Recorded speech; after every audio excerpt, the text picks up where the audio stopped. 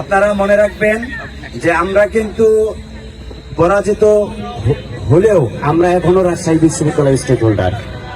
আপনারা আমাদের একটি উদ্দেশ্য, যারা বিজয়ী হয়েছেন তারা যেন আগামী 1 বছর অর্থাৎ তাদের যেই মেয়াদকাল রাকসুর 2025-এর মেয়াদকালে তারা যেন তাদের ইশতেহারগুলো সঠিকভাবে বাস্তবায়ন করে, সেগুলো জবাবদিহিতার আওতায় না এবং তদারকি করার দায়িত্ব আমরা যারা হেরেছি তাদের সবার। এবং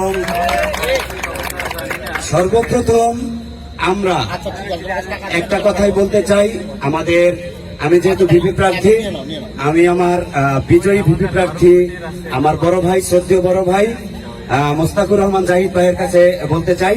তিনি বলেছিলেন যে আমরা যেই বিজয়ী হই আমরা সকলে একসাথে কাজ করব।